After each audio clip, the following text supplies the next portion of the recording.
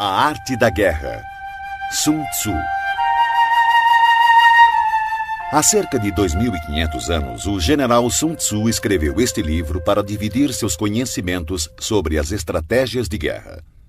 Hoje, este livro tornou-se uma referência para políticos, administradores, gerentes de marketing, técnicos de futebol americano, jogadores de Age of Empires e pré-adolescentes com a pretensão de tornarem-se ninjas. Sun Tzu era um filósofo nomeado general pelo rei Holu, da província de Wu. Disse que, sob o comando dos dois, os exércitos de Wu venceram todos os confrontos por 2 décadas. Com inteligência e argumentos muito racionais, o autor expôs a importância do planejamento e da motivação de forma quase poética. A obra Zen realça a importância da paciência mesmo em momentos como a guerra. Além da estratégia, Sun Tzu ressalta a energia como algo fundamental para a vitória. Mas essa não é uma energia cósmica ou religiosa. Nada mais é do que vontade de agir e de conseguir conquistar os objetivos. Para atingir uma meta, o autor ensina: é necessário agir em conjunto, conhecer o ambiente de ação, o obstáculo a ser vencido e, é claro, conhecer seus próprios pontos fortes e pontos fracos. Se você conhece o inimigo e conhece a si mesmo, não precisa temer o resultado de 100 batalhas. Se você se conhece, mas não conhece o inimigo, para cada vitória sofrerá também uma derrota. Se você não conhece nem o inimigo nem a si, perderá todas as batalhas. Sun Tzu. O livro é, antes de ser um manual de guerra, uma obra filosófica, e esta é a razão de tanto sucesso. Sobre a arte da guerra, foram feitas dezenas de adaptações por diversos autores, tentando mostrar onde a obra pode ser aplicada. Capítulo 1. Estimativa. Sun Tzu disse: a arte da guerra é questão vital para o Estado. É o âmbito onde a vida e a morte são fundamentadas, um caminho que leva à aniquilação ou determina a sobrevivência. Deve ser examinada com cuidado e nunca negligenciada. A única forma para prever o resultado de uma guerra é analisar a situação com base nos 5 fatores. Primeiro, Tao, caminho. Várias mentes com um único ideal. O caminho que faz o pensamento do povo estar em completa harmonia com o de seus governantes, levando-o a segui-los para viver ou para morrer sem temer nenhum dos riscos. Segundo, clima. É a sombra e a luz, o calor e o frio, o tempo e a sucessão das estações. Aceitar ou desafiar essas condições determinará a vitória militar. Terceiro, terra. Referem-se às distâncias, dificuldades de travessia, condições do terreno para a disposição das tropas. A análise da situação da terra define oportunidades de vida e morte. Quarto, líder. A virtude da sabedoria, integridade, disciplina, coragem e humanidade. Quinto, métodos. Impõe eficiência, controle de gastos, tropas, uma cadeira de comando adequada e suporte logístico. Todos os comandantes que negligenciarem esses 5 fatores estarão fadados ao fracasso. Porém, os que dominarem conquistarão a vitória.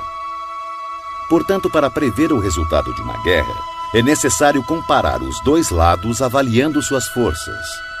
Para tanto, devemos fazer as seguintes questões. Primeira, qual dos soberanos tem o Tao, caminho? Segunda, qual comandante é mais competente e habilidoso? Terceira, qual dos lados possui vantagens do clima e da terra? Quarta, qual exército segue os métodos e é rigorosamente disciplinado? Quinta, qual lado é mais rigoroso e imparcial ao recompensar e punir? Sexta, qual exército tem a maior força? Sétima. Qual exército possui os oficiais e as tropas mais bem treinados? Através dessas 7 comparações, sei quem ganhará e quem perderá a guerra. Se um comandante estiver atento aos meus conselhos e proceder de acordo com eles, a vitória será certa. Nesse caso, mantenha-o. Se um comandante não a seguir, procedendo em desacordo, será derrotado. Nesse caso, demita-o sumariamente. Sabendo dos ganhos que podem advir dos meus conselhos, tire o maior proveito das condições favoráveis, formulando através delas uma vantagem estratégica para reforçar nossa posição. Há momentos em que a maior sabedoria é parecer não saber nada. Por isso, quando capaz, finja então ser incapaz. Quando pronto, finja grande desespero. Quando perto, finja estar longe. Quando longe, façam acreditar que está próximo. Se o inimigo procurar alguma vantagem, seduza-o com uma armadilha. Se estiver desorganizado, ataque-o e conquiste-o. Se ele for muito poderoso, prepare-se para ele. Se ele possuir forças superiores, evite-o. Se ele for orgulhoso, provoque-o. Se ele for humilde, dê forças à sua arrogância. Se ele estiver descansado, faça-o se desgastar. Se ele estiver unido, separe-o. Ataque-o onde ele se mostrar despreparado. Adote caminhos que sejam para ele totalmente inesperados. O bom estrategista, para vencer uma batalha, faz antes muitos cálculos no seu templo, pois sabe que eles são a chave que o conduzirá à vitória. É calculando e analisando que o estrategista vence previamente a guerra na simulação feita no templo. Capítulo 2. Gerenciamento da guerra. Sun Tzu disse: a arte da guerra é um exército de 1000 carros velozes, 1000 carroções cobertos de couro e 100.000 guerreiros com cotas de malha. A abundância de coisas necessárias para esse exército deslocado sobre uma distância de 1000 li, com gastos no estado e no campo de operações, incluindo enviados ao exterior e conselheiros, matérias e manutenção de carros e armaduras. Somente quando você tiver 1000 peças de ouro para cada dia de guerra, poderá mobilizar 100.000 guerreiros. Evite batalhas duradouras, busque a vitória rápida. Se a vitória custar a chegar, suas armas se desgastarão e as tropas ficarão desmoralizadas e o entusiasmo tende a enfraquecer. Se você sitiar uma cidade, gastará forças. Se seu exército for mantido muito tempo em campo, as reservas do Estado não serão suficientes. O tempo prolongado irá desgastar as armas, desmoralizar suas tropas, exaurir suas forças e consumir todos os recursos disponíveis, abrindo oportunidades para os governantes vizinhos tirarem vantagens e atacar. Então, mesmo contando com os melhores conselheiros, você não conseguirá garantir bons resultados. Assim, em relação às guerras, tenho ouvido falar em precipitação imprudente, mas ainda não vi bom exemplo de inteligência associada a decisões demoradas. Nunca houve Estado que tenha sido beneficiado por uma guerra prolongada. Portanto, o conhecedor dos terríveis e devastadores efeitos e dos perigos de empreender uma guerra está profundamente consciente de como aproveitá-la da melhor maneira e levá-la com rapidez a seu término, atingindo assim as verdadeiras vantagens potenciais de uma guerra. Um perito na arte da guerra não convoca soldados mais de uma vez, nem solicita suprimentos repetidamente. Uma vez em guerra, ele não perderá tempo precioso esperando reforços. Fará uso do equipamento que carrega e avançará com velocidade para atravessar a fronteira inimiga, podendo fazer uso das provisões do opositor. Desta forma, terá o suficiente para alimentar todo o seu exército. A arte de melhor utilizar o tempo é estar um passo à frente do adversário e vale mais que a superioridade numérica e os cálculos mais perfeitos com relação ao abastecimento. Um Estado é enfraquecido financeiramente quando precisa manter seu exército a uma grande distância e, consequentemente, empobrece seu povo. As vizinhanças próximas aos exércitos aumentam seus preços, E, com o custo mais elevado, seus recursos se esgotam com maior rapidez, forçando o Estado a aumentar os impostos dos distritos para assim custear as forças militares. Boa parte dos recursos são utilizados no campo de batalha, acarretando dificuldades para as famílias do fronte interno, tendo como consequência lares vazios e rendas dissipadas, já que o custo para o povo poderá atingir cerca de 70% do valor de suas posses. Ao mesmo tempo, as despesas do Estado atingirão quase metade da arrecadação total em gastos com carros quebrados, cavalos abatidos, peitorais e capacetes, arcos e flechas, lanças e escudos, manteletes protetores, animais de tiro e carroças de provisões. Um comandante sábio fará o melhor para alimentar seu exército com frutos do solo inimigo. Consumir uma medida das provisões inimigas equivale a 20 das nossas. Um fardo de forragem inimigo equivale a 20 dos nossos. Na questão que envolve matar o inimigo, nossas tropas devem ser levadas à fúria. Para que fique clara a vantagem de derrotar o oponente, devem também ser recompensadas, pois tirar a riqueza do inimigo é de grande valia para a manutenção das tropas e deve ser usado como objeto de recompensa, de forma a que todos os soldados tenham um forte desejo coletivo e individual de lutar. Porque assim como o que estimula os homens a matar é a fúria, o que estimula a lucrar com o inimigo são os bens materiais. Portanto, nos combates de carros em que forem capturados mais de 10 carros do inimigo, recompense os que capturaram o primeiro deles e substitua bandeiras e estandartes inimigos pelos seus, e então misture com os nossos carros. Eles devem ser usados em conjunto.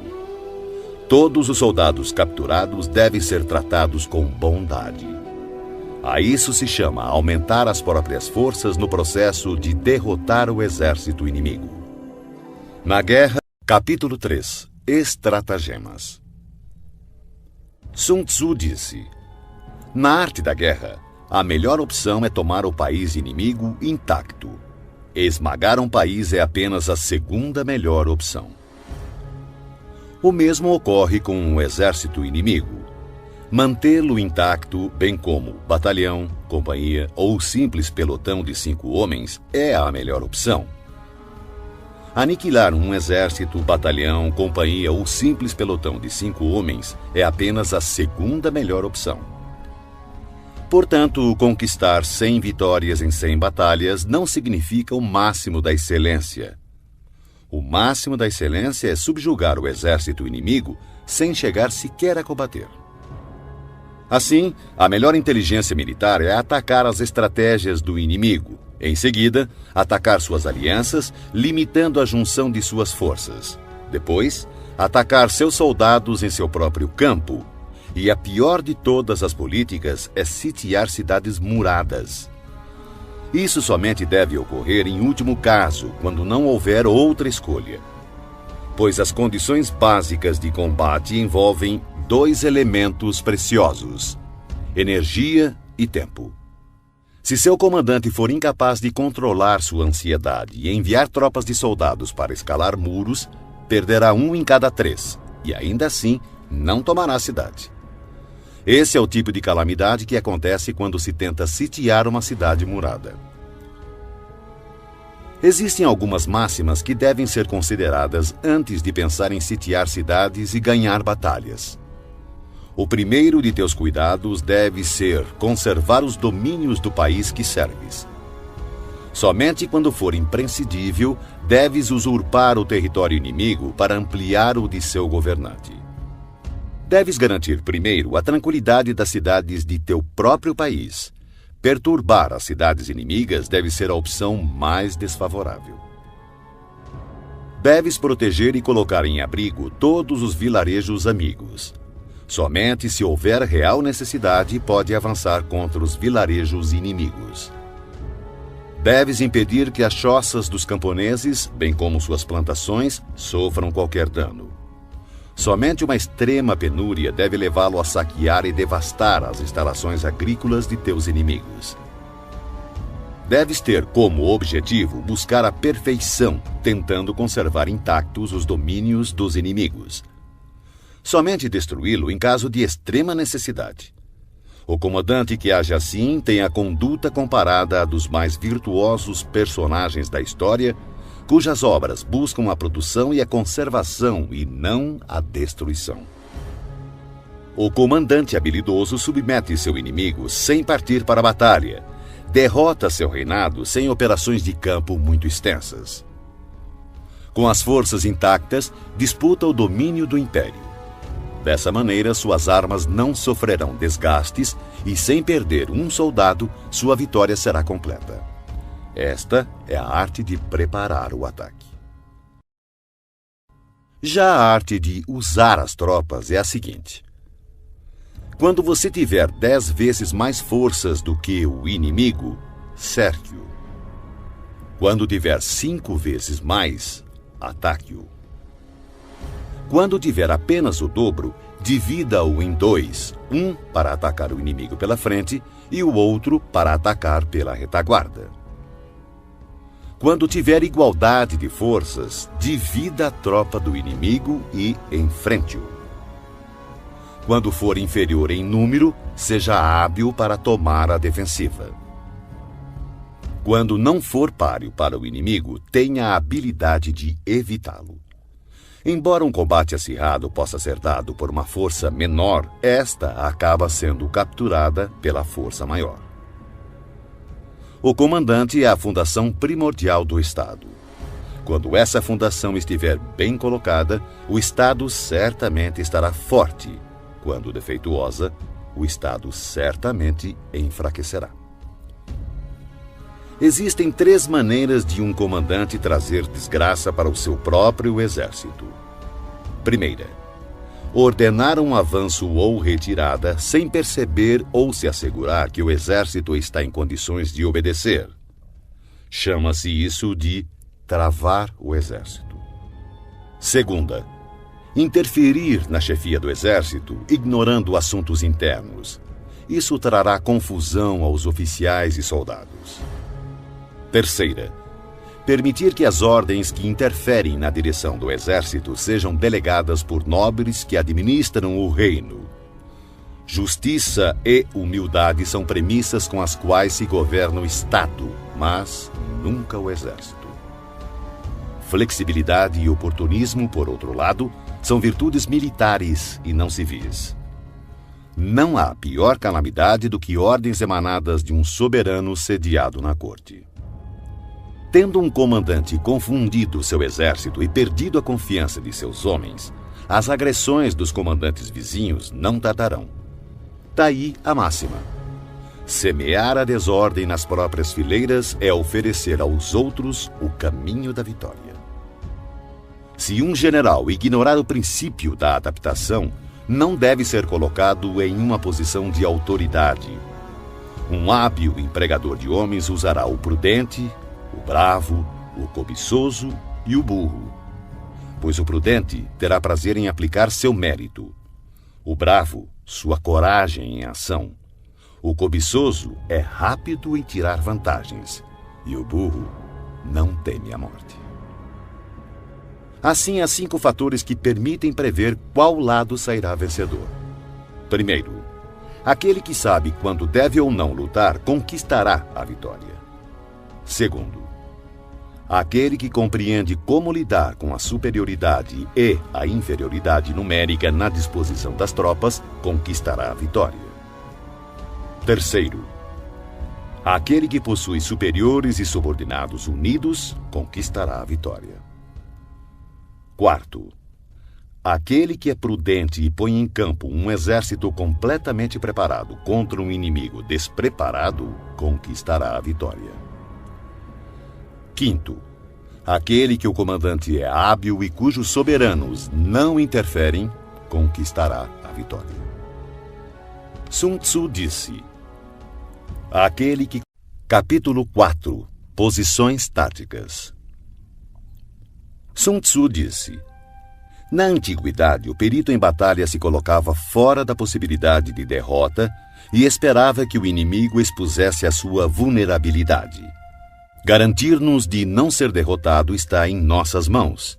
Porém, a oportunidade de derrotar o inimigo é dada por ele mesmo. Por isso se diz: a invencibilidade repousa na defesa, a vulnerabilidade revela-se no ataque. Manter-se e assumir posição defensiva é porque a força do inimigo é esmagadora.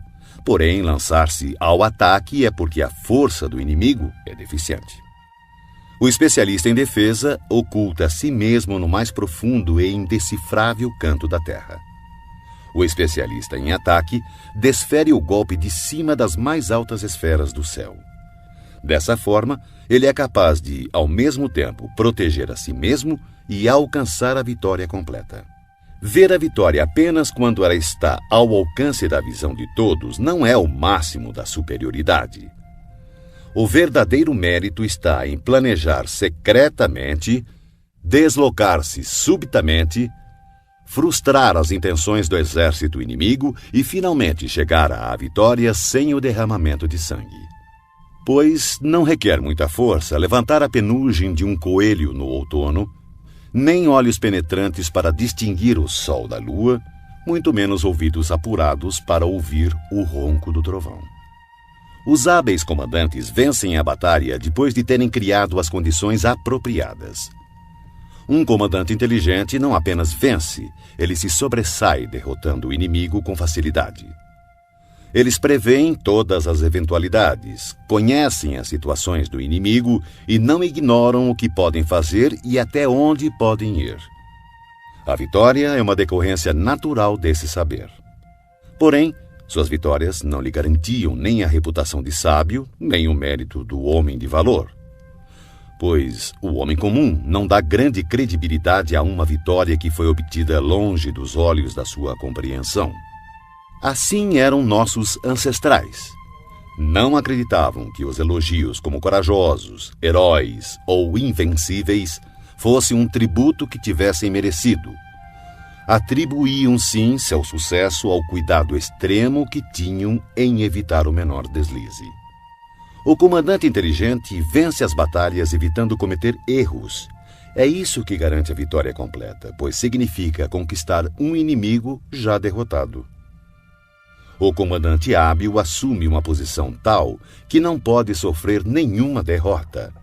Não negligencia nenhuma circunstância que garanta aniquilar o inimigo.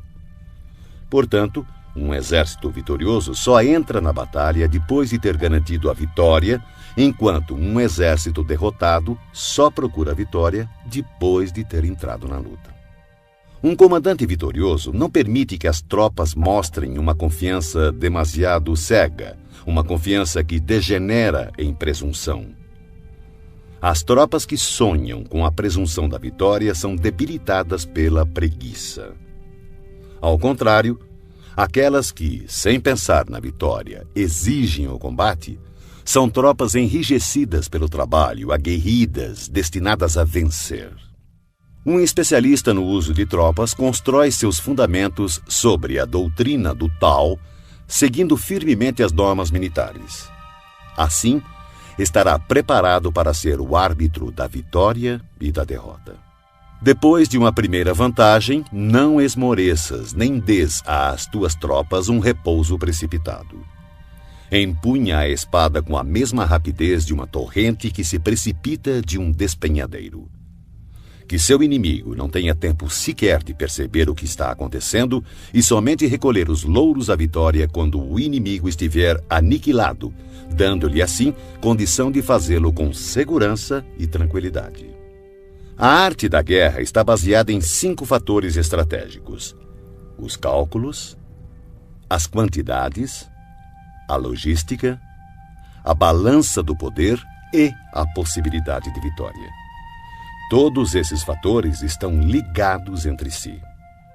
Primeiro, os cálculos estão diretamente ligados aos tipos de terrenos. Segundo, com base nesses cálculos, estimam-se as quantidades de provisões. Terceiro, de acordo com as quantidades de provisões disponíveis, define-se a capacidade da logística. Quarto, A balança do poder está diretamente relacionada à capacidade da logística. Quinto, e, finalmente, a possibilidade de vitória baseia-se na balança do poder. Um exército vitorioso é como o peso de 100 quilos contra outro de alguns gramas. Um exército derrotado é como apenas alguns gramas contra centenas de quilos. O exército que Capítulo 5. Vantagens. Sun Tzu disse: comandar muitos é o mesmo que comandar poucos. Tudo é uma questão de organização. Controlar muitos ou poucos é uma mesma e única coisa. É apenas uma questão de formação e sinalizações. Lembre-se dos nomes de todos os oficiais e subalternos. Inscreva-os num catálogo, anotando-lhes o talento e suas capacidades individuais, a fim de aproveitar o potencial de cada um. Quando surgir oportunidade, haja de tal forma que todos os que deves comandar estejam persuadidos que seu principal cuidado é preservá-los de toda desgraça. As tropas que farás avançar contra o inimigo devem ser como pedras atiradas em ovos. De ti até o inimigo não deve haver outra diferença senão a do forte ao fraco, do cheio ao vazio. São as operações chamadas diretas e indiretas que tornam um exército capaz de deter o ataque das forças inimigas e não ser derrotado. Em batalha, use geralmente operações diretas para fazer o inimigo engajar-se na luta e as operações indiretas para conquistar a vitória. Em poucas palavras, o que consiste a habilidade e a perfeição do comando das tropas é o conhecimento das luzes e das trevas, do aparente e o secreto. É nesse conhecimento hábil que habita toda a arte. Assim, o perito, ao executar o ataque indireto, assemelha-se ao céu e às terras, cujos movimentos nunca são aleatórios, são como os rios e mares inexauríveis. Assemelham-se ao sol e à lua. Eles têm tempo para aparecer e tempo para desaparecer. Como as 4 estações, ele passa, mas apenas para voltar outra vez. Não há mais que 5 notas fundamentais, mas, combinadas, produzem mais sons do que é possível ouvir. Não há mais que 5 cores primárias, mas, combinadas, produzem mais sombras e matizes do que é possível ver. Não há mais que 5 sabores, mas combinados produzem mais gostos do que é possível saborear. Da mesma forma, para ganhar vantagem estratégica na batalha, não há mais que as operações diretas e indiretas, mas suas combinações são ilimitadas, dando origem a uma infindável série de manobras. Essas forças interagem, um método sempre conduz ao outro. Assemelham-se, na prática, a uma cadeia de operações interligadas, como anéis múltiplos ou como a roda em movimento, que não se sabe onde começa e onde termina. Na arte militar, cada operação tem partes que exigem a luz do dia e outras que pedem as trevas do segredo. Não posso determiná-las de antemão, só as circunstâncias podem ditá-las. Opomos grandes blocos de pedra às corredeiras que queremos represar. Empregamos redes frágeis e miúdas para capturar pequenos pássaros. Entretanto, o caudal rompe algumas vezes seus diques após tê-los minado aos poucos. Quando uma ave de rapina se abate sobre sua vítima, partindo-a em pedaços, isso se deve à escolha do momento preciso. A qualidade da decisão é como a calculada arremetida de um falcão que lhe possibilita atacar e destruir sua vítima. Portanto, o bom combatente deve ser brutal no ataque e rápido na decisão. Embaralhada e turbulenta, a luta parece caótica. No tumulto de um combate pode parecer haver confusão, mas não é bem assim. Entre a confusão e o caos, uma formação de tropas pode parecer perdida e mesmo assim impenetrável. Sua disposição é, na verdade, circular e não podem ser derrotadas. A confusão simulada requer uma disciplina perfeita. Afinal, o caos estimulado se origina do controle. O medo fingido exige coragem. A fraqueza aparente se origina da força. Ordem e desordem é uma questão de número, de logística. Coragem e medo é uma questão de configuração estratégica do poder, vantagem estratégica. Força e fraqueza é uma questão de disposição das forças, posição estratégica.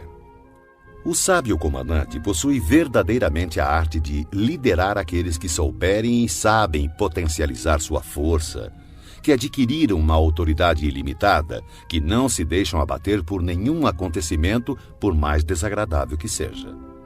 Aqueles que nunca agem com precipitação, que se conduzem, mesmo quando surpreendidos com sangue frio, que têm habitualmente nas ações meditadas e nos casos previstos antecipadamente.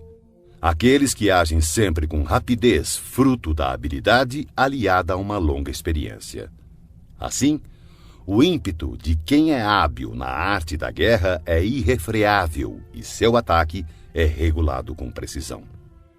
O primeiro imperador Han, 256-195 a.C., desejando esmagar seu oponente Rissung-nu, enviou espiões para conhecer sua condição.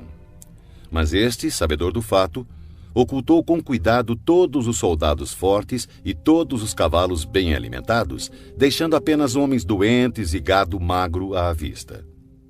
O resultado foi que os espiões, por unanimidade, recomendaram ao imperador que atacasse. O resultado? O imperador Han atacou e foi derrotado. Os espiões viram apenas velhice e doença. Isso, sem sombra de dúvida, é uma dissimulação do inimigo e atacar pode ser imprudente. Assim, quando pretende que o inimigo se movimente, o especialista se mostra e o inimigo certamente o seguirá. Ele ilude o inimigo e este acredita. Agindo dessa maneira, manipula o inimigo e assim espera por ele, armado com toda a sua força. O especialista, quando está em batalha, procura sua vitória na vantagem estratégica, não a solicita aos seus homens. Portanto, deve ser hábil para selecionar os homens certos e explorar o avaro e o tolo, o sábio e o valente, e dar a cada um deles uma responsabilidade adequada ao seu perfil. Jamais designe tarefas a quem não for capaz de cumpri-las. Selecione e dê a cada um responsabilidades proporcionais à sua competência. Em 341 a.C., o estado Xi, em guerra com o Wei, enviou o general Sun, que disse: "O estado Xi tem a reputação de covarde, e por esse motivo nosso adversário nos despreza. Vamos virar essa circunstância a nosso favor." Consequentemente, quando o exército atravessou a fronteira do território Wei, Sun ordenou que fossem acesas 100.000 fogueiras na primeira noite, 50.000 na segunda e apenas 20.000 na terceira. O general do exército Wei, Pang Xuan, ordenou o ataque de maneira vigorosa, pensando: "Eu sabia que os soldados de Sun eram covardes. Seu número já caiu menos da metade." Na sua retirada, Sun chegou a um estreito desfiladeiro que, calculou ele, seria atacado pelos perseguidores depois do anoitecer. Lá, chegando, tirou a casca de uma árvore e escreveu: "Sob esta árvore, Pang Xuan morrerá." Então, quando começou a anoitecer, colocou um grupo de poderosos arqueiros emboscados nos arredores, com uma ordem de atirar diretamente se vissem uma luz. Mais tarde, Pang Xuan chegou ao local e, vendo a árvore, acendeu uma luz para ler o que estava escrito. Seu corpo imediatamente foi crivado por uma saraivada de flechas e todo o seu exército foi preso na confusão. Quem explora a vantagem estratégica envia seus homens para a batalha como se fossem troncos e pedras. A pedra e a madeira não têm movimento próprio. Uma vez que, em repouso, não mexem por si mesmos, mas seguem o movimento recebido. Se forem quadrados, mantêm-se em repouso. Se forem redondos, rolam até... Capítulo 6. Pontos fortes e pontos fracos. Sun Tzu disse: "Para conseguir que a força de seu exército seja semelhante à de uma pedra de moinho chocando-se contra um ovo, utilize a ciência dos pontos fracos e pontos fortes. Em geral, o exército que primeiro ocupa o campo de batalha para esperar o inimigo estará descansado para o combate. Aquele que chega mais tarde e se precipita para entrar na batalha estará exausto. Assim, o perito em batalhas move o inimigo em vez de ser movido por ele. Para conseguir atrair o inimigo espontaneamente, ofereça-lhe alguma vantagem. Se desejar impedi-lo, é questão de obstruí-lo. Um grande general não é arrastado ao combate, ao contrário, sabe impô-lo ao inimigo. Dessa forma, se o inimigo estiver descansando, fustigue-o. Se estiver bem abastecido de provisões, faça-o ficar faminto. Se acampado silenciosamente, force-o a mover-se atacando em posições que o inimigo deva apressar-se para defender. Marche com velocidade para lugares onde não for esperado. Um exército pode marchar por grandes distâncias sem correr riscos se o fizer por territórios onde não existe presença do inimigo. Atacar com confiança e alcançar os objetivos significa atacar aquilo que o inimigo não está esperando. Do mesmo modo, defender-se com confiança e garantir a segurança de suas posições significa defender onde o inimigo não poderá atacar. Assim, contra o especialista em ataque, o inimigo não saberá onde se defender. Contra o perito em defesa, o inimigo não saberá onde atacar. Aquele que for capaz de atacar das maiores alturas dos céus repentinamente, surpreendendo o inimigo, tornará impossível sua defesa. Assim, os lugares a serem atacados são exatamente os que o inimigo não pode defender. Aquele que for especialista em esconderijos de defesa torna impossível para o inimigo saber seu paradeiro. Assim, os lugares que ele dominar serão exatamente os que o inimigo não poderá atacar. O comandante habilidoso deve lançar mão da arte da sutileza e do sigilo, aprender a ser invisível e inaudível. Dessa forma, terá em suas mãos o destino de seus inimigos. Poderá avançar sem encontrar resistência se fizer isso contra os pontos fracos dele. E recuar se colocando a salvo da perseguição se seus movimentos forem mais rápidos do que de seus adversários. Portanto, se pretendemos nos lançar na batalha, nosso inimigo não terá escolha a não ser nos enfrentar, mesmo que esteja abrigado em altas trincheiras ou fossos profundos, porque atacaremos uma posição que ele precisará defender. Do contrário, se quisermos evitar o confronto, o inimigo não poderá nos obrigar a lutar, pois podemos evitar que ele venha ao nosso encontro.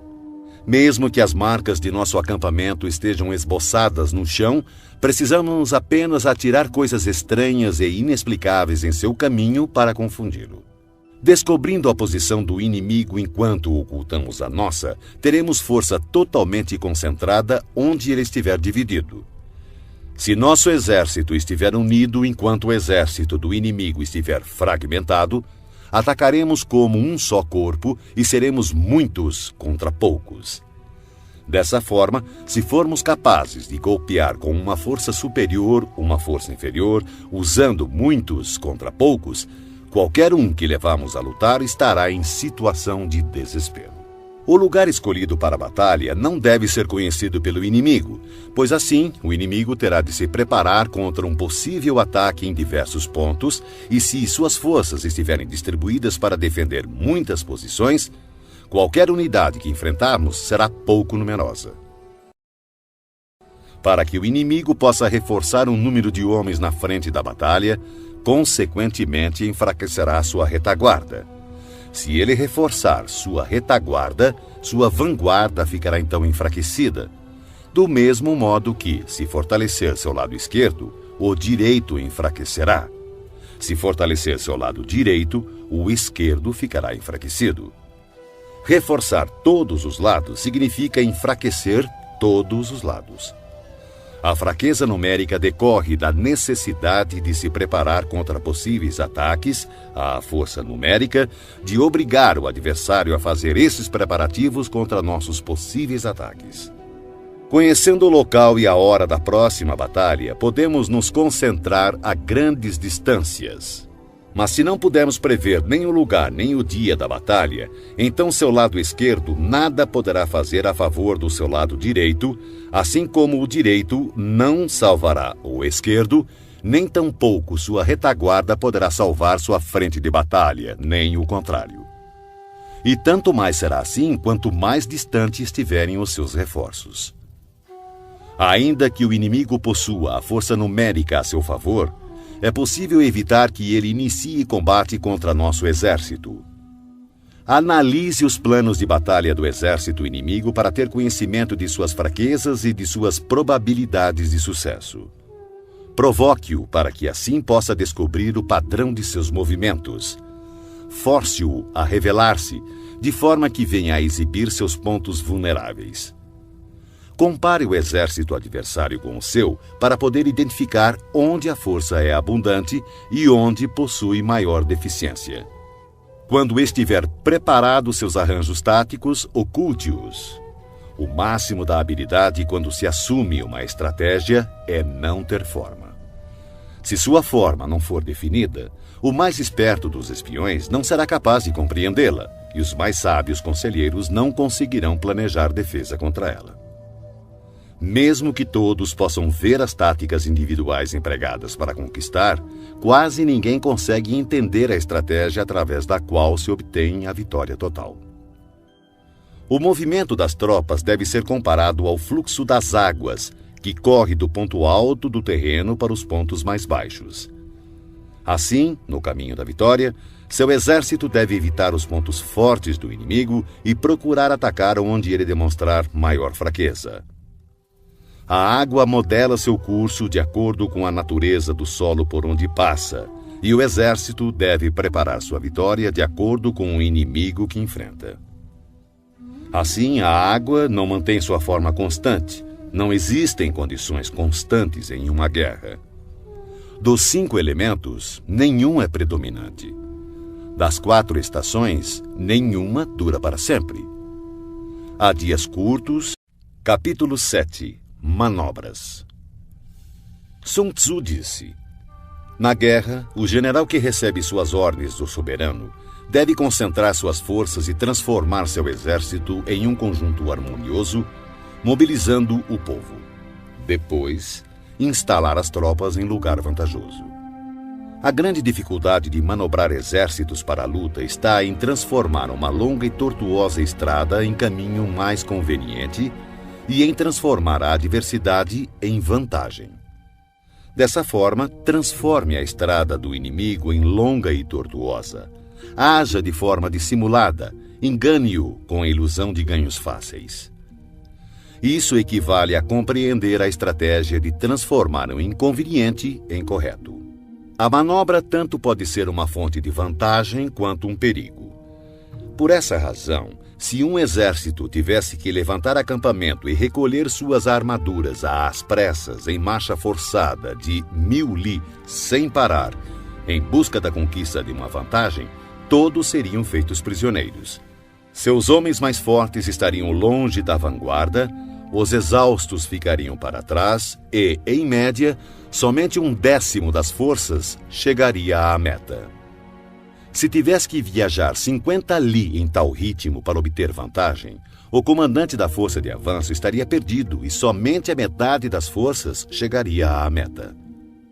Se tivesse que viajar 30 li em tal ritmo para obter alguma vantagem, apenas 2/3 das forças chegariam à meta. Um exército sem equipamento e provisões perecerá, sem sombra de dúvidas. Somente mantenha alianças com os estados vizinhos depois de conhecer a fundo as intenções dos seus soberanos. E a menos que conheça a configuração de um terreno, suas montanhas, pântanos, florestas e acidentes naturais, você não deve colocar seus exércitos neles, a não ser que utilize guias locais para obter alguma vantagem. Pratique a dissimulação, recorra a manobras enganosas. Movimente-se quando estiver em posição de vantagem, faça mudanças estratégicas, dispersando ou concentrando suas forças. Quando avançar para a batalha, seja veloz como o vento, imprevisível como o trovão. Em ocasiões que deva permanecer calmo, seja como a floresta. Ao invadir e saquear, haja rápido como o fogo. Na imobilidade, seja como a montanha. Quando necessário, esconda suas intenções, seja obscuro como as trevas. Evite movimentar-se inutilmente e somente ataque quando tiver certeza da vantagem. Ao saquear e pilhar cidades, reparta sempre de maneira justa todos os despojos. Quem conhece a tática de transformar o tortuoso em direito, será vitorioso. Essa é a arte de manobrar. A maneira de dar ordens e fazer com que essas sejam cumpridas é de extrema importância para a vitória de um exército. Você encontrará no livro dos planos militares que em determinadas ocasiões a maioria dos teus homens não poderá te ver nem ouvir. Os tambores e as bandeiras devem substituir tua presença e tua voz. Assim, em combate noturno, faça uso dos tambores, e durante o dia use as bandeiras e estandartes. Desta forma, suas tropas serão um único corpo, impedindo que teus soldados corajosos avancem sozinhos e os covardes recuem. Essa é a arte de manobrar grandes massas. Pode-se desmoralizar um exército inteiro e seu comandante ser levado a perder o ânimo. Na manhã da guerra, a moral do inimigo está elevada. Ao meio-dia, começa a enfraquecer, e à noite sua mente está voltada para o retorno ao acampamento. Por isso, o comandante sábio evita um inimigo com a moral em alta e ataca-o quando moroso e inclinado a retornar. Essa é a arte de administrar humores. Disciplinado, o bom comandante usa sua própria ordem para esperar pela desordem do inimigo, usa sua calma para esperar por seu clamor. Essa é a arte de conservar o autodomínio. Se perceberes que o inimigo está animado e descansado, espera que o entusiasmo arrefeça e ele se vergue sob o peso do cansaço. Então, usa suas tropas descansadas e bem alimentadas. Essa é a arte de administrar a força. Não inicies um combate quando o inimigo apresenta disposições perfeitas de suas bandeiras e estandartes. Não lance o ataque sobre o exército inimigo ordenado e disciplinado em suas formações. Essa é a arte de controlar as condições mutáveis. Portanto, não ataque o inimigo que ocupar o terreno alto, nem aquele que tiver uma colina às costas. Não persiga um inimigo que finge recuar. Não obstrua um inimigo que volta para casa. Capítulo 8. Contingências. Sun Tzu disse: uma vez dada pelo soberano a ordem de mobilizar a população para a guerra, cabe ao comandante reunir o exército e organizar as tropas. Seguindo ao encontro do exército inimigo, deve-se evitar acampar em locais difíceis e em locais de boas estradas deve-se buscar aliados. Não perder tempo em locais isolados, ter planos de contingência quando em posições propícias a emboscadas e avançar contra o inimigo em terreno do qual não haja saída, são táticas precisas para a garantia de uma boa batalha. Há estradas que não devem ser percorridas, exércitos que não devem ser atacados, cidades que não devem ser assaltadas, terras que não devem ser contestadas e ordens do governo que não devem ser obedecidas. Portanto, o comandante que compreender as vantagens da arte da mudança e não se ater a uma maneira única de comandar, mas sim adaptar-se às circunstâncias variando suas táticas para enfrentar o exército inimigo, saberá como comandar seus soldados.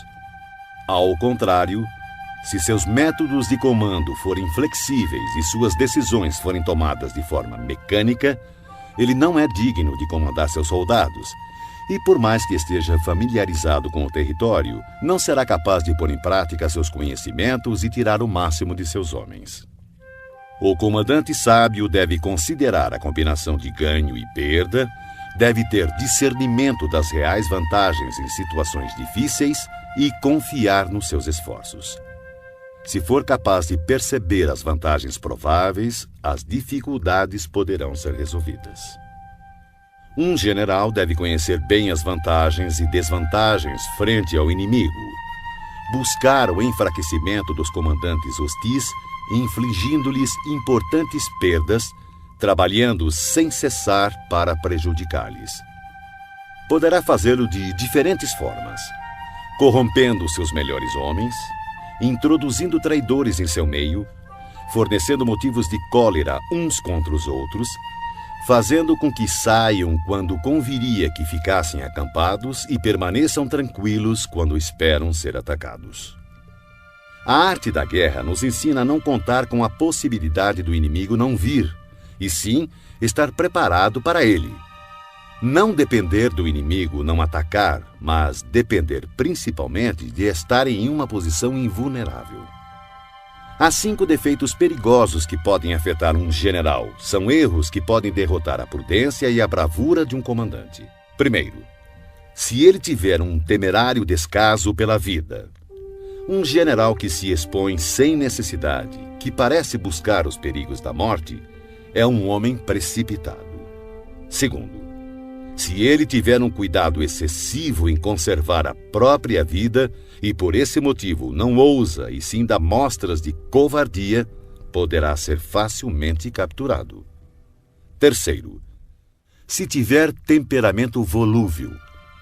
Um general que perde facilmente o controle e se deixa levar pela cólera será ludibriado pelo inimigo através de provocações e cairá em emboscadas sem perceber. Se for suscetível à honra, um general não deve se ofender de forma intempestiva. Por querer reparar a honra por qualquer insulto, poderá perdê-la. Quinto, se conservar uma compaixão excessiva por seus soldados. Um general deve punir seus soldados com severidade quando necessário, ministrar castigo e trabalho com discernimento, ou poderá ser facilmente desrespeitado. Esses 5 perigosos traços demonstram falhas graves de um comandante e devem ser cuidadosamente evitados, pois são, sem dúvida, os motivos que levam à derrota de um exército e à morte de seu comandante.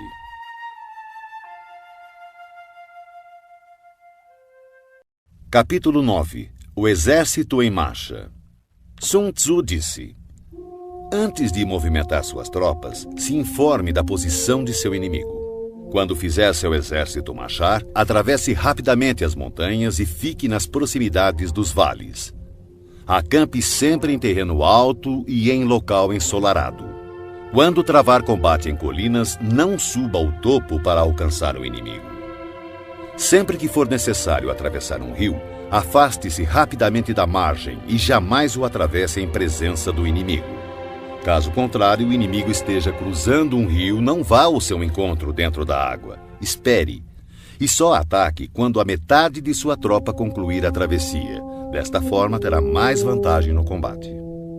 Na travessia de pântanos, sua maior preocupação deve ser sair deles o mais rápido possível, pois além da grande dificuldade de conseguir provisões nestes locais, são terrenos baixos e expostos ao ataque.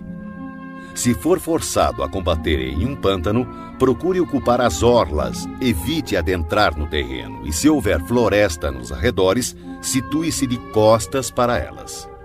Em terras planas e secas, procure se posicionar de forma que seu flanco direito e sua retaguarda fiquem próximos de alguma elevação no terreno. A ideia é ter terras perigosas à frente e seguras atrás. Quando estiver com sua tropa em movimento, o mais importante é buscar as vantagens naturais do terreno que estiver ocupando. Em geral, os exércitos preferem os terrenos altos e ensolarados, pois nestes comida e água são mais acessíveis. Essas condições certamente favorecem uma vitória. Quando as chuvas formarem uma torrente e engrossarem os rios, não arrisque a travessia. Espere que as águas retomem seu curso natural. Evite regiões onde há penhascos com rios que correm no fundo, lugares fechados, moitas espessas e gargantas estreitas. E, se não for possível, abandone esses lugares rapidamente. Enquanto nos afastamos, devemos atrair o inimigo para esses locais e talvez ele caia nos perigos que acabamos de nos esquivar. Tenha cuidado também com lugares cobertos de matos e de pequenos bosques, lagos cercados de plantas aquáticas e charcos cheios de junco. São locais próprios para emboscadas e esconderijo de espiões traiçoeiros. Estando perto destes lugares, não se movimente antes de fazer um reconhecimento de toda a área. Portanto, devo afirmar, mais uma vez, que independente do acampamento ser bom ou ruim, deve-se buscar as vantagens de cada terreno. Além disso, deve-se ficar atento ao inimigo, envie espiões ao longo do caminho e decifre todos os movimentos do adversário. Se o inimigo estiver próximo e ainda assim se manter em silêncio, ele não está ocupando uma posição estratégica. Se estiver distante e tentar provocar um combate, ele quer que avancemos. Se ele estiver acampado em terreno plano, com certeza está protegido por alguma vantagem. Se houver movimento entre as árvores de uma floresta, fique atento. Pode ser que o inimigo esteja avançando. Se existirem muitos obstáculos entre os arbustos, ele está tentando nos confundir. Se uma grande quantidade de pássaros levanta voo de súbito, é sinal de uma emboscada. Animais assustados indicam que um ataque surpresa está se formando. Se a poeira ergue-se alta, é sinal de carros de guerra chegando. Quando ela é baixa e se espalha rente ao chão, denuncia a aproximação da infantaria. Se a poeira se levanta em pontos esparsos, mostra que destacamentos estão colhendo lenha para as fogueiras. Algumas nuvens de poeira movendo-se de um lado para outro significa que o exército está montando o acampamento. Sussurros e aumento dos preparativos para a guerra significa que o inimigo avançará. Linguagem violenta e movimento agressivo para a frente indicam que ele recuará. Quando os carros leves saem à frente e tomam posições nos flancos, é sinal de que o inimigo está entrando em formação para o combate. Proposta de paz sem que haja retrocesso do exército indica uma conspiração. Se há muita correria com suas tropas em formação, está determinada a hora da batalha. Se uma parte das tropas avançar e outra recuar, o inimigo está tentando nos atrair para uma armadilha. Se os soldados encontram-se curvados e apoiados em suas armas, eles estão fatigados. Se os que, mandados apanhar água, forem os primeiros a beber, significa que o exército está sedento. Se houver uma vantagem e o inimigo não avançar, ele está exausto. Se há pássaros reunidos em algum ponto, a posição está desocupada. Provavelmente o inimigo abandonou secretamente seu acampamento. Quando há gritos na noite, é sinal que o inimigo está assustado. Se há confusão no acampamento, o comandante tem pouca autoridade. Se suas bandeiras e estandartes mudam constantemente de lugar, o inimigo está em desordem. Se os oficiais estão irritados, é sinal de que seus homens estão cansados. Quando o inimigo alimenta seus cavalos com cereais e mata seu gado para comer, quando seus homens não se preocupam em pendurar suas canecas de água e demonstram que não querem voltar às tendas, certamente estão desesperados e determinados a lutar até a morte. Quando há soldados sussurrando em grupinhos e seu comandante falando em voz mansa e vacilante, revela inimizade entre superiores e subordinados. Recompensas em demasia significam problemas. Se o comandante teme pressionar seu exército por conta de motins e oferece gratificações para manter seus soldados de bom humor, certamente ele perdeu o respeito de seus homens. Quando há castigos em excesso, o inimigo enfrenta dilemas terríveis com o relaxamento da disciplina, podendo o comandante perder o controle e irromper violentamente contra seus subordinados para obrigar-lhes a cumprir o dever. Se os soldados forem punidos antes mesmo de se afeiçoarem ao chefe, não demonstrarão respeito. Portanto, os soldados devem ser tratados primeiramente com humanidade, porém, mantidos sob controle e disciplina. Isso irá garantir sua lealdade. Para isso, os comandos devem ser consistentemente reforçados durante o treinamento. Por fim, Se o inimigo enviar um emissário com palavras conciliadoras, ele quer cessar as hostilidades. Atenção ao inimigo enraivecido que está preparado para confrontar-se com você por longo período sem travar batalha nem abandonar sua posição. Considere-o com o maior cuidado. Em uma guerra, devemos ter claro que não são os números que proporcionam a vantagem de um exército sobre o outro. Capítulo 10. O terreno. Sun Tzu disse: a superfície da terra apresenta uma infinidade de lugares. Deves fugir de alguns e buscar outros. Todavia, deves conhecer bem todos eles. Os tipos de terrenos incluem o acessível, o complicado, o indeciso, o estreito, o acidentado e o distante. O primeiro terreno citado, o acessível, é aquele em que ambos os exércitos podem se aproximar livremente. Portanto, levará vantagem aquele que primeiro ocupar um nível mais alto do lado ensolarado e ter estabelecido linhas de abastecimento adequadas. O terreno que permite o avanço e dificulta a retirada é o mais complicado. De uma posição dessas, se atacarmos o inimigo quando ele não estiver devidamente preparado, poderemos derrotá-lo. Porém, se ele estiver preparado e não conseguirmos derrotá-lo, seremos pressionados a bater em retirada, então teremos grandes problemas. O terreno indeciso é aquele que oferece desvantagens tanto para o nosso lado quanto para o lado do inimigo. Neste terreno, mesmo que o inimigo tente nos atrair, é prudente abandonar a posição e recuar, atraindo por sua vez o inimigo. Então, quando parte de seu exército tiver saído, poderemos atacar com vantagem. Na passagem estreita, ou desfiladeiros, terá vantagem quem primeiro a ocupar e guarnecê-la completamente, ficando à espreita do adversário. Se o inimigo estiver com essa vantagem, não devemos seguir atrás dele. Somente quando ele falhar e a passagem estiver mal protegida é que devemos atacar. Em terreno alto e acidentado, do mesmo modo, se pudermos ocupá-lo primeiro, devemos nos posicionar na parte mais alta do lado ensolarado e esperar pelo inimigo. Se o inimigo conquistou essa vantagem, devemos abandonar nossa posição e bater em retirada. Por fim, quando os exércitos estiverem posicionados a grandes distâncias um do outro e suas vantagens estratégicas forem semelhantes, não será fácil provocar um combate. Por outro lado, levar a batalha até o inimigo não trará nenhuma vantagem. Esses 6 princípios que definem o uso do terreno devem ser do conhecimento total e da responsabilidade do comandante. Shang Yu conta a seguinte passagem de Pei Hsing-hsien, 619-682 d.C., mandado numa expedição punitiva contra as tribos Turkic. Ao crepúsculo, como de costume, montou seu acampamento, fortificando-o posteriormente com paliçada e fosso, quando, de repente, determinou que o exército mudasse as instalações para uma colina próxima. Essa decisão desgostou muito seus oficiais, que protestaram aos brados contra o esforço extra que os soldados iriam despender. Pei Hsing-hsien, todavia, não ligou para as reclamações e fez o acampamento ser transferido o mais depressa possível.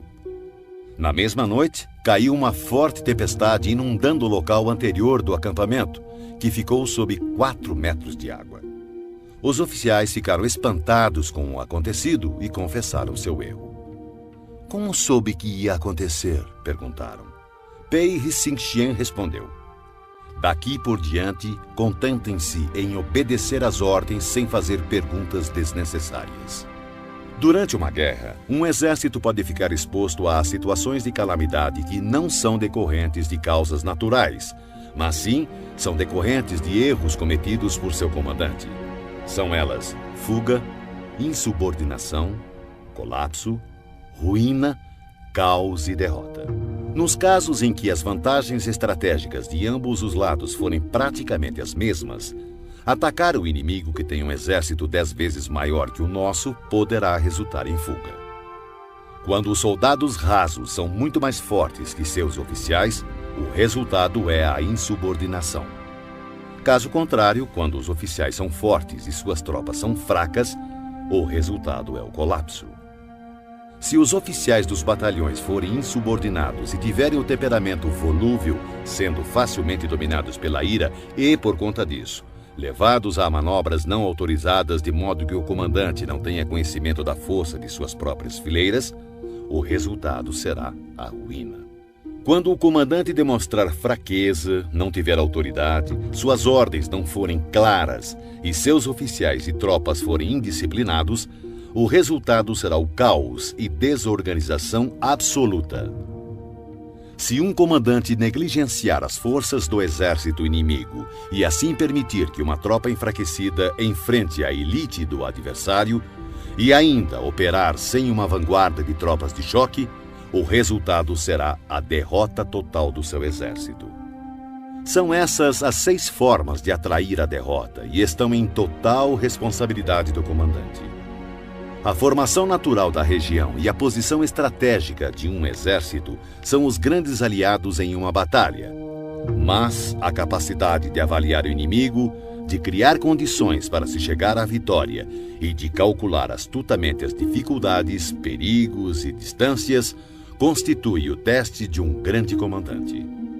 Quem conhecer esses fatores e os colocar em prática de forma adequada será vitorioso. Aquele que lutar sem isso, certamente será derrotado. Desta forma, se tiver certeza que o caminho da batalha garante a vitória, então você deve lutar, mesmo contra a decisão de seu soberano. Mas, se o caminho da batalha não assegura a vitória, então não deve lutar, mesmo com ordem do seu governante. O comandante que segue para a guerra sem ter como prioridade fama pessoal e recua sem temer o descrédito, aquele cuja preocupação for proteger seu povo e prestar um bom serviço ao seu soberano, é um tesouro nacional. Se o comandante trata seus soldados como se fossem seus filhos, por recompensa eles o seguirão até os vales mais profundos e o defenderão com a própria morte.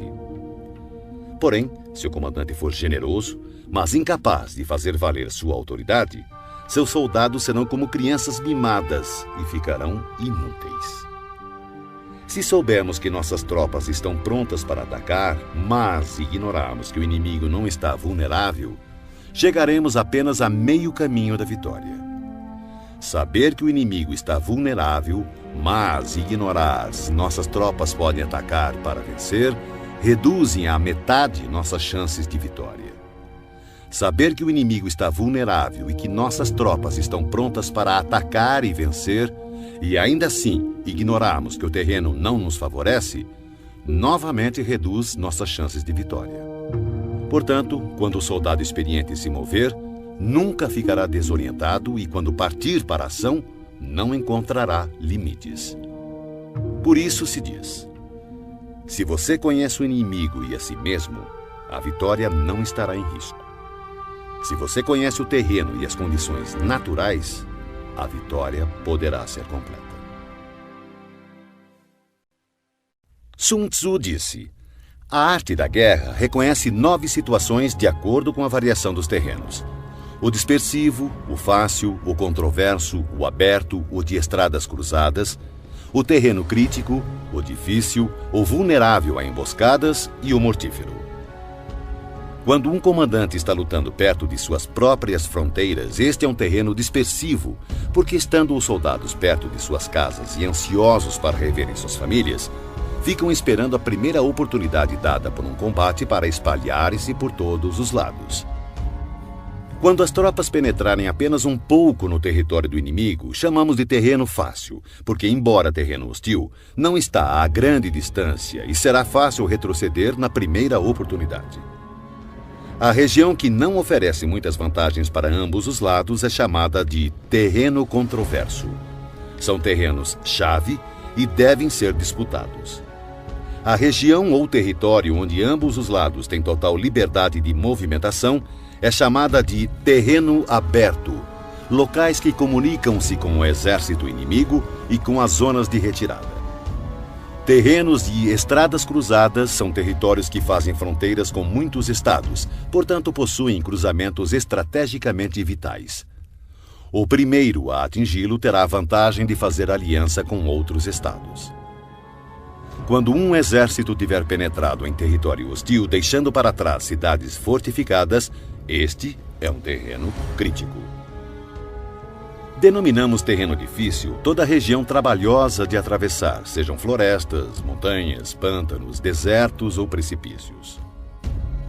Regiões pelas quais o acesso só é possível através de estreitos desfiladeiros, de forma que uma pequena quantidade de inimigos é suficiente para atacar nossa força principal, são considerados terrenos vulneráveis a emboscadas ou ataques. Enfim, terrenos mortíferos ou sem saída são locais de perigo constante, onde devemos combater com toda a nossa força para sobrevivermos. Assim, em terreno dispersivo, não lute. Em terreno fácil, não pare. Em terreno controverso, não ataque. Em terreno aberto, não tente barrar o inimigo. Em terreno de estradas cruzadas, faça alianças. Em terreno crítico, saqueie os recursos do inimigo. Em terreno difícil, marche sem parar. Em terrenos propícios a emboscadas, elabore planos de contingências e, em terrenos sem saída, lute. Os que foram no passado considerados grandes comandantes tinham como objetivo impedir que a frente e a retaguarda do inimigo pudessem socorrer uma a outra, impedir a cooperação entre suas divisões, impedir que os oficiais e soldados pudessem auxiliar uns aos outros, impedir a comunicação entre superiores e subordinados e impedir, inclusive, que as forças dispersas do inimigo pudessem se reunir. Esses comandantes somente se lançavam à ação se houvesse vantagens para suas tropas, senão, permaneciam estacionados. Se lhe perguntassem como agir no caso de haver um adversário em grande número e com estrita disciplina pronto para atacar, ele com certeza responderia: apodere-se de algo que ele não pode se dar ao luxo de perder. Ele ficará em suas mãos. A velocidade é a essência da guerra. Aproveite a falta de preparação do adversário, avance por caminhos onde não é esperado e ataque locais desprotegidos. O exército invasor deve estar atento e observar os seguintes métodos. Quanto mais profundo penetrar em território inimigo, maior deverá ser a solidariedade entre os soldados. Dessa forma, os defensores não levarão a melhor. Saqueie os campos férteis do inimigo para suprir suas tropas de alimentos. Cuide do bem-estar de seus homens e não os sobrecarregue. Mantenha seu exército sempre em movimento. Coloque suas tropas em situações sem saída. Seus homens preferirão morrer a fugir. Uma vez lutando desta forma, darão o máximo de si e não terão medo, mesmo se caírem no mais desesperado cerco. Se não houver onde se refugiarem, todos continuarão firmes. Assim, sem precisar ser mandados, seus homens estarão em constante alerta, cumprirão seus deveres e serão fiéis e disciplinados. Portanto, no dia em que esses homens forem ordenados a partir para o combate, talvez chorem, porém não por medo, mas porque todos estão dispostos a vencer ou morrer. Em 73 d.C., quando Pan Shao chegou a Shang Quang, rei do país, recebeu-o a princípio com grande polidez e respeito. Mas, logo após, seu comportamento sofreu uma mudança súbita e ele tornou-se descuidado e indiferente. Pan Shao comentou com seus oficiais: repararam que os modos educados de Quang sumiram? Só pode significar que chegaram mensagens dos bárbaros do norte e que Quang ficou indeciso, sem saber de que lado se põe. Certamente é esse o motivo. O homem inteligente pode perceber as coisas antes delas acontecerem. Chamou imediatamente um dos nativos que fora posto ao seu serviço e preparou-lhe uma armadilha. O homem acabou revelando tudo. Pan Shao convocou uma reunião geral de seus oficiais e começou bebendo com eles. Quando o vinho lhes havia subido ligeiramente à cabeça, testou mantê-los mais excitados, falando-lhes assim: senhores, estamos no interior de uma região isolada, ansiosos por obter riquezas e glórias através de uma grande proeza. Ora, Acontece que um embaixador do Ryushun-nu chegou a este reino há apenas alguns dias, e o resultado foi que o trato respeitoso que nos foi dado pelo nosso anfitrião real desapareceu. Se esse enviado dominá-lo, tomar nossa força e levar-nos para Ryushun-nu, nossos ossos serão pasto dos lobos do deserto. Que faremos? Unanimemente, os oficiais responderam: diante do perigo de vida que corremos, seguiremos nosso comandante vivos ou mortos. Não se alcança sucesso nas batalhas a menos que os soldados tenham sagacidade e objetivos em comum e, mais importante ainda, espírito de cooperação. A causa primária pela qual deve-se conduzir um exército é estabelecer um padrão unificado de coragem. Assim, o bom comandante conduz suas tropas como se conduzisse um homem pela mão. Dessa forma, essa pessoa não pode deixar de segui-lo. Um grande comandante deve ser calado, assegurando o sigilo. Deve ser justo e honesto, mantendo a ordem. Deve manter o povo na ignorância quanto aos seus planos. Alterando seus planos, ele mantém o inimigo no escuro. Mudando seu acampamento, evita que o inimigo preveja seu objetivo. No momento crítico, age como se, após subir uma grande altura, joga-se a escada fora, leva seu exército para o interior do território inimigo. Ao invadir um terreno hostil, a regra geral é que penetrar profundamente no território do exército inimigo dá coesão. E se a invasão for superficial, mais facilmente seus homens se dispersarão. Quando sair de seu próprio terreno e levar suas tropas além de suas fronteiras, você estará em terreno isolado. Quando estiver vulnerável por todos os lados, você estará em um terreno de estradas cruzadas. Quando à sua frente houver um estreito desfiladeiro, você estará em um território propício a emboscadas. Quando estiver sem saída, você estará em um terreno mortífero. Portanto, em terreno disperso, deve unir suas tropas. Em terreno fácil, mantenha ligações estreitas entre as tropas. Em terreno competitivo, deve-se acelerar a marcha. Em terreno aberto, dê mais atenção à defesa. Em cruzamento, reforce as alianças. Em terreno crítico, mantenha uma linha permanente de abastecimento. Em terreno difícil, continue sempre avançando. Em terreno vulnerável, bloqueie as passagens de acesso. E, finalmente, em terreno mortífero, lute até a morte.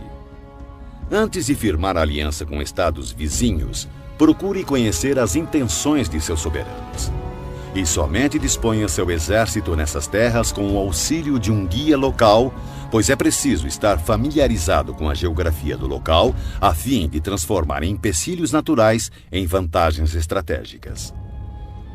A seguir, fatores que não devem ser ignorados por um exército digno de um rei. Ofereça recompensas grandiosas, dê ordens extraordinárias e você comandará o exército inteiro como se fosse um único homem. Dê tarefas às tropas, mas não revele suas reais intenções. Coloque-os frente a frente com o perigo, mas não revele as vantagens. Coloque suas tropas em situações de vida ou morte, em terrenos sem saída. Só assim continuarão vivos. Somente quando se encontram em real perigo, os homens aprendem a transformar derrota em vitória. O sucesso da guerra está em estudar cuidadosamente as intenções do inimigo. Se ele mostra inclinação para avançar, atraia-o. Se deseja recuar, deixe que ele leve adiante sua intenção. No dia em que for feita a declaração de guerra, bloqueie todas as passagens, destrua os registros oficiais e proíba qualquer contato com emissários do inimigo. Reveja todos os seus planos com urgência e rigor e finalize sua estratégia. Se o inimigo mostrar alguma vulnerabilidade, avance sobre ele. Conquiste algo que seja de grande importância para seu adversário e não permita que ele saiba qual será o momento de seu ataque. Siga a estratégia determinada, mas procure se adaptar aos movimentos do exército inimigo para garantir o resultado da batalha. A princípio, procure exibir a timidez de uma modesta e humilde donzela, e então o inimigo abrirá suas portas. Depois, imite a velocidade de uma lebre apressada, e será tarde demais para que o exército inimigo possa mostrar alguma reação ou oposição.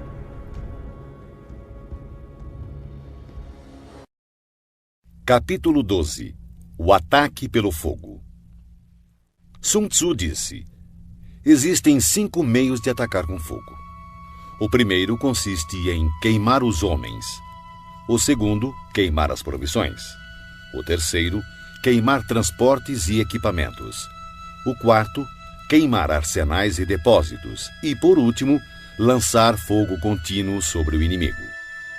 Para iniciar um ataque com fogo, deve-se manter sempre preparado um material inflamável e aguardar que o tempo e as circunstâncias estejam favoráveis. Deve-se observar que a época mais adequada para o uso do fogo são os períodos quentes e secos. Há ainda os dias mais propícios para o alastramento das chamas, são aqueles em que a lua estiver passando pelas constelações da cesta dos ventos, do muro, das asas e da plataforma do carro, pois estas constelações determinam dias ventosos. No ataque com fogo, deve-se estar preparado para variar a maneira de agir de acordo com as mudanças de situação, que podem ser 5. Primeira, quando o fogo invadir o acampamento do inimigo, deve-se esperar uma reação imediata.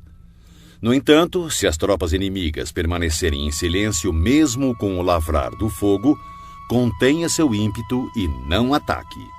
Segunda, se logo após ateares fogo observar que as chamas ganham altura e, se puder atravessá-las, ataque e não dê ao inimigo a chance de apagá-las. Se não puder atravessar as chamas, permaneça onde está. Terceira, se for possível iniciar um ataque com fogo estando fora do campo inimigo, não entre em suas fronteiras, mas assegure-se de atacar no momento mais adequado. Quarta, considere sempre a direção do vento, atacando em seu favor. Jamais ataque contra o vento ou vai sofrer tanto quanto o inimigo.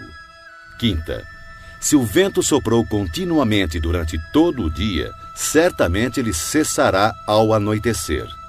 Tome precauções para não ser surpreendido. Todo exército bem treinado deve dominar os 5 desdobramentos relacionados ao ataque com fogo e devem ter conhecimento do movimento das estrelas para identificar os dias mais adequados para que possa iniciar esse tipo de ataque. Demonstra grande inteligência aquele que usa o poder do fogo para atacar. Os que usam a água conseguem um acréscimo de força, mas não são eficientes em privar o inimigo de suas provisões. A água será bem utilizada para interceptar e ilhar o inimigo. As diferentes maneiras de combater com fogo proporcionam uma plena vitória, mas é preciso saber colher os frutos, ou todo esforço será uma perda de tempo. É de grande importância também reconhecer o mérito de teus homens e recompensá-los, pois se tuas tropas só enfrentarem dificuldades e trabalho sem o devido reconhecimento, perderás o respeito de teu exército. O general esclarecido melhora seus recursos, comanda seus soldados com autoridade, mantém-nos juntos pela boa-fé e os torna serviçais por boas recompensas. Se a fé diminuir, haverá separação. Se as recompensas forem deficientes, as ordens serão desrespeitadas. Em batalhas, quaisquer que sejam os resultados, o gosto sempre será amargo, mesmo para os vencedores. Portanto, a guerra deve ser a última solução e só deve ser travada quando não existir outra saída. Um soberano jamais deve decidir pela guerra se estiver dominado pelo ódio ou vingança. Um bom comandante não deve mobilizar suas tropas se tiver o coração tomado pelos mesmos sentimentos. Ambos devem aguardar dias mais serenos para ponderar, pois uma pessoa em crise pode recuperar seu bom humor, assim como uma pessoa no calor da paixão pode encontrar novamente equilíbrio. Não marche a não ser que veja alguma vantagem. Não use suas tropas a menos que haja alguma coisa a ser ganha. Não lute, a menos que a posição seja crítica, pois o que jamais poderá ser recuperado totalmente é um estado devastado pela guerra, nem tampouco ressuscitar seus mortos. Capítulo 13. Os espiões. Sun Tzu disse: constituir um exército de 100.000 homens e percorrer com ele longas distâncias gera grandes perdas ao povo e custa muito para os cofres públicos. Podemos estimar cerca de 1.000 peças de ouro por dia. Isso acarretará distúrbios internos e externos, homens cairão exaustos nas estradas e cerca de 700.000 famílias terão dificuldades de manter seus trabalhos nos campos. Uma guerra pode durar anos. A vitória é decidida em um único dia. Portanto, continuar na ignorância a respeito da condição do inimigo para poupar quantias em dinheiro é um ato extremo de desumanidade. Não lamente o dinheiro empregado para corromper traidores e obter informações do campo inimigo.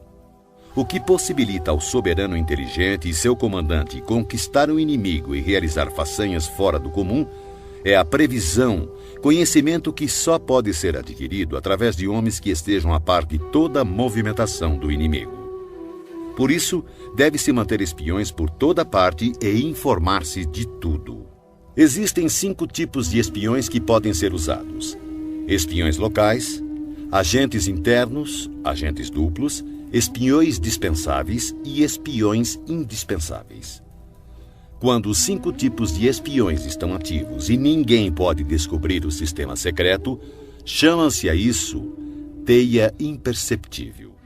Primeiro, espiões locais são os próprios habitantes do país inimigo quando colocados a nosso serviço. Segundo, agentes internos em geral são funcionários do inimigo, homens ofendidos por ocuparem posições subalternas, concubinas gananciosas por ouro, pessoas volúveis que estão sempre em cima do muro. Para lidar com este tipo de espião é necessária muita cautela. Terceiro, espiões duplos são espiões do inimigo que trazemos para o nosso lado através de suborno e promessas liberais. Nós os induzimos a fornecer informações falsas ao inimigo e, ao mesmo tempo, espionar seus compatriotas.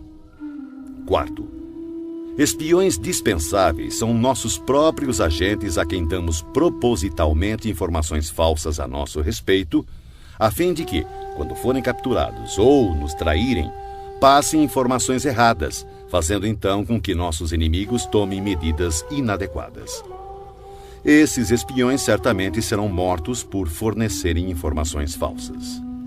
Quinto, e, finalmente, os espiões indispensáveis ou sobreviventes. São aqueles que voltam do campo do inimigo com informações. Esse tipo de espião deve sempre fazer parte de seu exército. Em geral, são homens fortes, ágeis, dotados de grande sagacidade e acostumados a toda espécie de trabalho sujo. Assim, o comandante deve manter sempre uma relação de proximidade com os espiões, deve recompensá-los regiamente, e os assuntos referentes a estes homens devem ser mantidos em absoluto sigilo. Somente um governante sagaz e intuitivo é capaz de empregar espiões. Só o comandante humano e justo é capaz de fazê-los trabalhar, e sem uma sutil e engenhosa habilidade mental não se pode ter certeza da autenticidade de seus relatórios. Quando um assunto secreto de espionagem é divulgado prematuramente, o espião deve ser morto, juntamente com aqueles que tenham tomado conhecimento da informação. De maneira geral, se o objetivo for esmagar um exército, sitiar uma cidade ou assassinar alguém, é necessário obter a identidade do comandante das tropas de defesa, seus ajudantes e conselheiros, os guardas encarregados dos portões e as sentinelas. Nossos agentes devem ser empregados para assegurar essas informações. É de extrema importância localizar as pessoas enviadas como espiões pelo inimigo. Se cuidarmos delas com generosos subornos, podemos empregá-las como agentes duplos e, através destes, poderemos recrutar espiões locais e agentes internos. Além disso, é a partir do trabalho dos agentes duplos que saberemos quais falsas informações devemos passar aos espiões dispensáveis para que transmitam ao inimigo. E com base no que obtivermos dessas mesmas fontes, poderemos completar as missões dos agentes indispensáveis. Desta forma, os espiões duplos devem ser tratados com a maior generosidade, pois eles são a chave de todo o serviço de espionagem. Os espiões são peças de fundamental importância em uma guerra, porque a capacidade de movimentação eficiente de um exército depende do serviço secreto destes agentes. Portanto, o soberano esclarecido e o comandante hábil, por serem capazes de atrair pessoas de extrema inteligência para se tornarem seus espiões, estarão destinados a grandes conquistas.